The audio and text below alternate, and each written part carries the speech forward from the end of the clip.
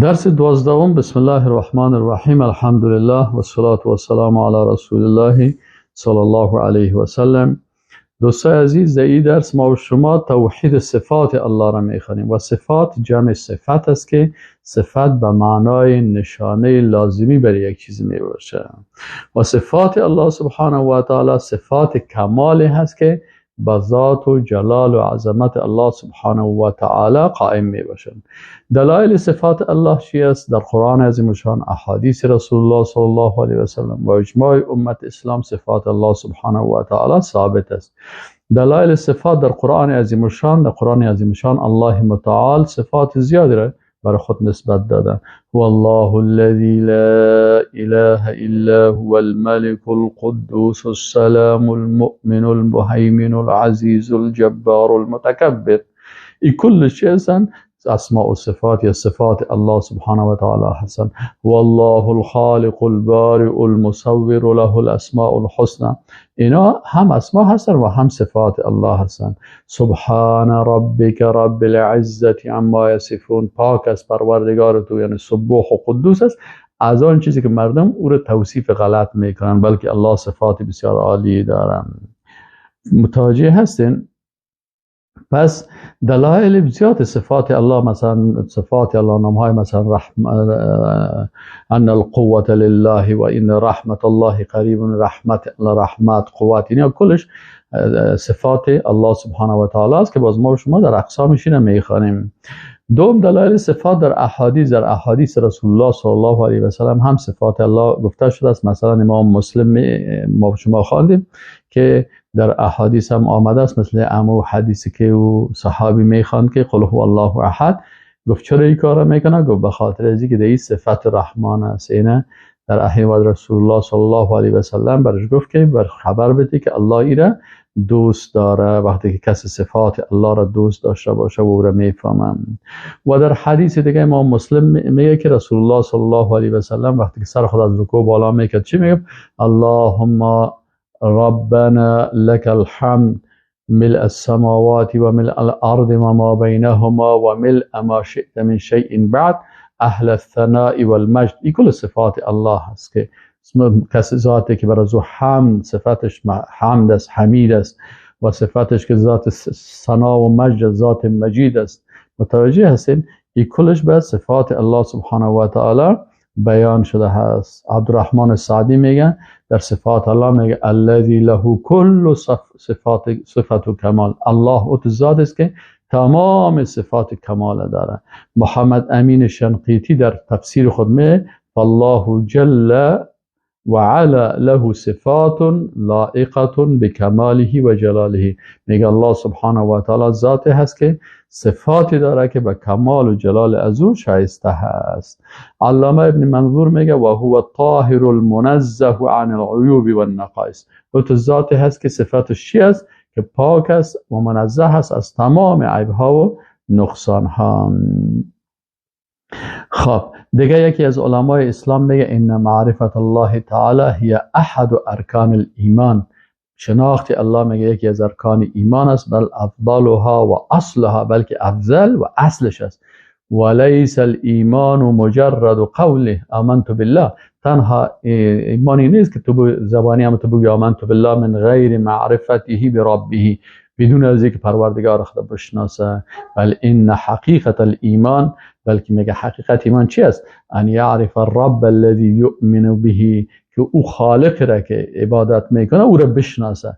بل و یجب علیه، میگه بلکه واجب است بالای ازی ان یبذل جهده فی معرفت اسمائه و صفاته. باید ای بسیار سعی و تلاش بکنه، واجب است از که اسما و صفات الله را بفهمه حتی یبلغ درجه الیقین، تا که بر ازی کاملا یقین حاصل شود. و به حسب معرفت العبد بربی، هر قدر که انسان خالق خود بشناسه تکون درجه تو ایمانی، به می اندازه درجه ایمانش می باشه. خب احکام صفات الله چطور است؟ صفات الله مثلا چند حکم داره. اول دانستن صفات الله لازم و ضروری می باشه. چرا؟ الله متعال میگه فعلمو، علم حاصل بکنین ان الله مولاکم، به این که الله مولای شماست، به این باید شما چی داشته باشین؟ علم داشته باشین. نعم المولا، متوجه هستین به درس؟ نعم المولا و نعم النصیر. پس این چی گفته الله؟ فعلمو، یعنی شما این صفات الله را که مولای شما هست و نعم المولا هست و نعم النصیر است، این صفات علم داشته باشین. این از این خاطر علما میگن چی است؟ معرفت الله اصل الدین. معرفت الله اصل دین است. الله را چه قسم بشناسیم؟ با صفاتش. این اصل دین است. و رکن توحید، میگه یکی از ارکان توحید است. و اول الواجبات، و اولین واجبات است که انسان مؤمن باید الله را بشناسه. و هذه المعرفت لا طریق لنا للوصول الیها. یارم میگه ما نمیتونیم که این معرفت داشته باشیم الا من خلال اسماء الله و صفاته، تا وقتی که ما اسماء و صفات، اسماء الله را و صفات الله را نشناسیم با معنایش، با فهمش. بناءً یاد گرفتن صفات الله، ما شما که امروز درس میخوانیم و اسماء و صفات الله را یاد میگیریم، در حقیقت یک فرض سر خود چی میکنیم؟ یک فرضی که الله حکم کرده که فعلمو، یعنی حکم الله را اطاعت میکنیم، الله قبول بکنم. حکم دوم، منع از سخن گفتن در مورد صفات الله بدون علم. احتیاط داشته باشین که در صفات الله بدون علم سخن نگویید. چرا؟ به خاطر که شیطان انسان به سه کار چی میکنه؟ وامی داره. چی میگه؟ ولا تتبعوا خطوات الشیطان انه لکم عدو مبین. متابعت از گام های شیطان نکنین، شیطان دشمن آشکار شماست. انما یأمرکم بالسوء والفحشاء و ان تقولوا علی الله ما لا تعلمون. شیطان میخواد شما را سه کار بر شما بگه. اول چی است؟ شما را به سوء. و سوء چی است؟ یعنی بدی در حقوق مردم. شیطان میخواد که حق مردم بخوری، غیبت مردم بکنی، بدی های مردم بگی. این یک کار شیطان است. دوم چی است؟ فحشاش است. فحشایی است که شما اوامر الله را که الله میگه این کارا را نکنین، شما این کارا را انجام بدین. الله میگه ولا تقربوا الزنا، به زنا نزدیک نشین. و این شیطان میخواد شما به زنا و فحشا و گپای بیهوده و اخلاق زشتی گپا مبتلا شید. سوم شیطان چی میخواد؟ وقتی که حقوق مخلوق هم ضایع کرد، سر حقوق الله را هم بعد از این و ان تقولوا علی الله ما لا تعلمون، یا ای که مثلا شما برای الله چیز بگویید که علم ندارید. یک نفر میخیزه از دل خود به الله بعضی صفات نسبت میتن. دیده باشین بعضی کسا میگه عاشق است و معشوق است و مچم خمار و مچم فلان و فلان و در شیرا و ترا. این کلش قول بالای الله بدون علم است که این انسان حتی به کفر میکشند. یهودی ها چرا کافر شدن؟ کفرشان همین بود که بسیاری از صفات زشتی که خودشان داشتن او را به خالق متعال نسبت میدادن. و عرب های قریش چرا کافر شدن؟ که همون صفات زشت به الله متعال نسبت دادن. حکم سوم چی است؟ اثبات تمامی صفات کمال که در قرآن ثابت است. ما مکلفیت داریم هر صفتی که الله بر خود نسبت داده او صفت ما قبول داریم و میگیم که چون این صفات مربوط ذات الله سبحانه و تعالی، صفات الله هست، غیب است، ما کیفیتش نمیفهمیم. لکن کل صفات که ثابت است در قرآن و سنت ما قبول داریم. آیات قرآن و احادیث صحیحه رسول الله صلی الله علیه و سلم ثابت است، او را ما ثابت میکنیم و او را قبول داریم. چهارم حکم چی است؟ که نفی تمامی صفاتی که به شکل اجمالی و تفصیلی نفی شده است. الله متعال گفته لا تأخذه سنة ولا نوم.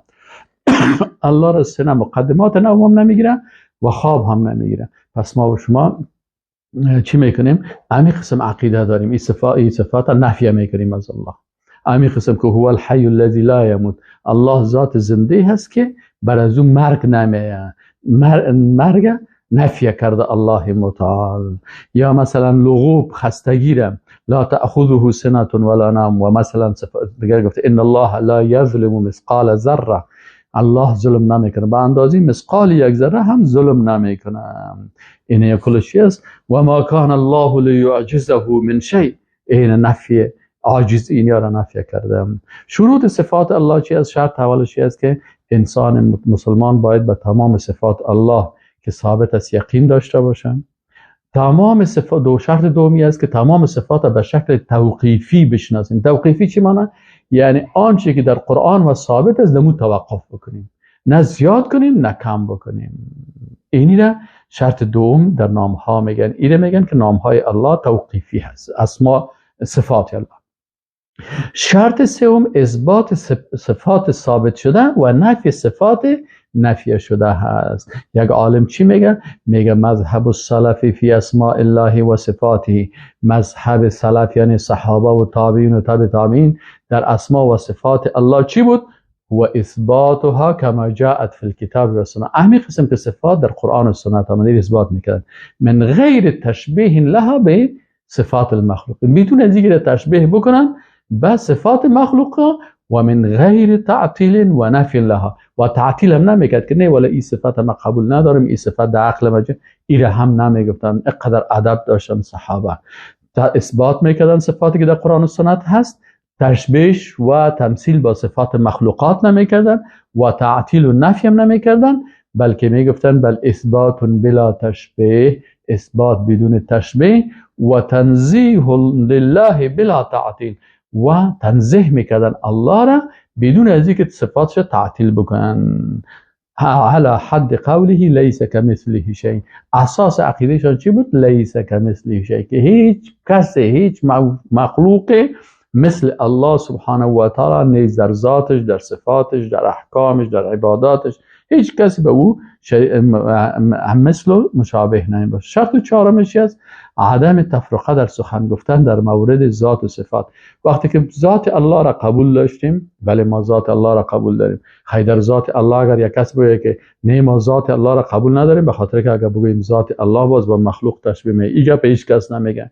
همین قسم که در ذات الله هیچ مخلوق مشابه نیست، همین قسم در صفاتش هم کسی مشابه نیست. این که مثلا انسان هم ذات داره و خالق هم ذات، زای الف تال تی برازو هم استعمال میشه، برازو هم کلمه استعمال میشه. این خود استعمال کلمه است که ما شما، لکن ذات خالق متعال هیچ مشابهتی با ذات مخلوقات نداره. همین قسم صفات الله که هست هم با صفات مخلوق هیچ مشابهت نداره. این شرط است که باید اینمی قسم که ذات ثابت میکنی، صفات هم چی کنی؟ ثابت بکنی بدون از تشبیه. این شرط چهارم صفات الله هست. شرط پنجمش است که معنای الفاظ صفات معلوم هست و کیفیت آن مجهول است.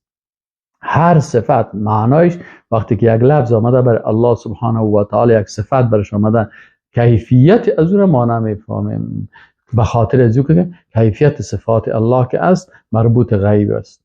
الله رحمت داره، الله رحمان است، رحیم است، الله وجه و ید و استوا و اما کل معانی از اینا را ما میفهم که چی معنا میده، لکن کیفیتش نمیفهمیم. علامه ابن عبدالبر میگه قال ابو عمر اهل السنة مجموعون على الاقرار بالصفات الوارده كلها في القرآن والسنه. این علمای اهل سنت است. میگه اهل سنت کلشان اجماع دارن به اقرار به صفات وارده فی القرآن و سنت، در قرآن و سنت، ولی ایمان بها و ایمان داشتن به او و حملها علی الحقیقه لا علی المجاز. در اسماء و صفات الله کلش حقیقت است، مجاز دهی نیست که ما بگیم مثلا دهی کلمه معنای اصل حقیقیش نیست، مجازی است. دهی میگن نیست، کلش حقیقی است. الا مگر اهل سنت اجماع به چی دارن؟ انهم لا یکیفون شیئا من ذلك. صفات الله را تکیف یعنی کیفیتش سر از بحث نمی کنن. چرا؟ ما عقل ما و فهم ما از فهمیدن کیفیت ذات الله سبحانه و تعالی و صفات الله که مربوط غیب است از او عاجز هستیم. با عاجزی خود اقرار میکنیم و صفات قبول داریم، اما تکیف یا کیفیتش بحث نمی کنیم. شرط هشتم چی است؟ اثبات صفات کمال به شکل تفصیلی. چون صفات کمال به شکل تفصیلی مثلا به اشکال مختلف آمده، ما هم به مو شکل، اگر به شکل یک اسم آمده همون صفت قبول داریم.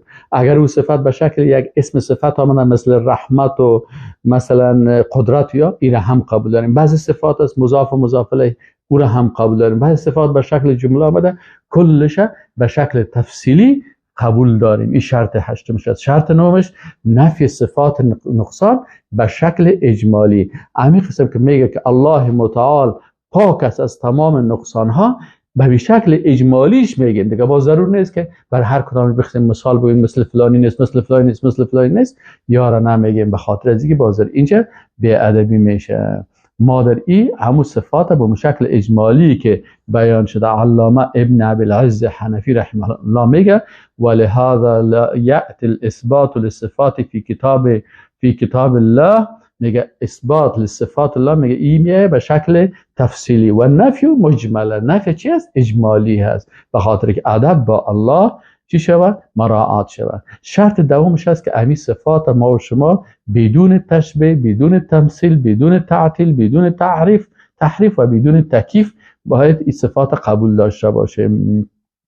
اینال میگیم تشبیه و تمثیل چی را میگن؟ تشبیه و تمثیلی است که یک کسی مثلا صفات الله را تشبیه و یا مثل صفات مخلوقات فکر بکنن. این شرک است. این شرک است که مشابهت و یا مثل دادن صفات الله با مخلوق، یا برعکس مشابهت صفات مخلوق با صفات خالق، برعکسش هم ناروا هست.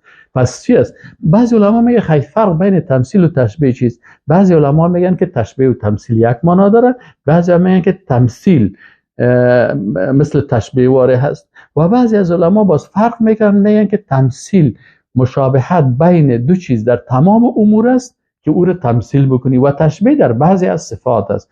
پس ما نه تمثیل میکنیم نه تشبیه میکنیم. یعنی در هیچ چیزی الله سبحانه و تعالی در هیچ صفتش مخلوق با او مشابهت نداره، و همین قسم الله سبحانه و تعالی صفاتش با صفات مخلوق هیچ مشابهت نداره. دوم شناخت تعویل است که ما و شما بفهمیم تعویل چی نمیگن؟ که مثلا یک کلمه را لفظ ظاهریش میگیرن یک معنای دیگه برش میتن. این هم نمیکنیم. به خاطر چی؟ به خاطر تعویل وقتی یک صفت الله که از معنایش دور شه و یک معنای دیگه برش آورده شه، به این معنا که امی صفت الله چی میشه؟ تعطیل میشه که این صفت ندارم. و تحریف چی نمیگن؟ که مثلا در لفظ خودشیست، مثلا یک حرفش مثلا تغییر میدن، تحریف میکنن. مثلا یک کلمه را یا مکمل یا مثلا برای مثلا استوا را یک لام در زیاد میگه استولا اینی قسم. پس میگه این تحریف هم نمیکنیم که دو کدام حرف را زیاد کنیم یا کدام حرفش را کم بسازیم. و تعطیل چی نمیگن؟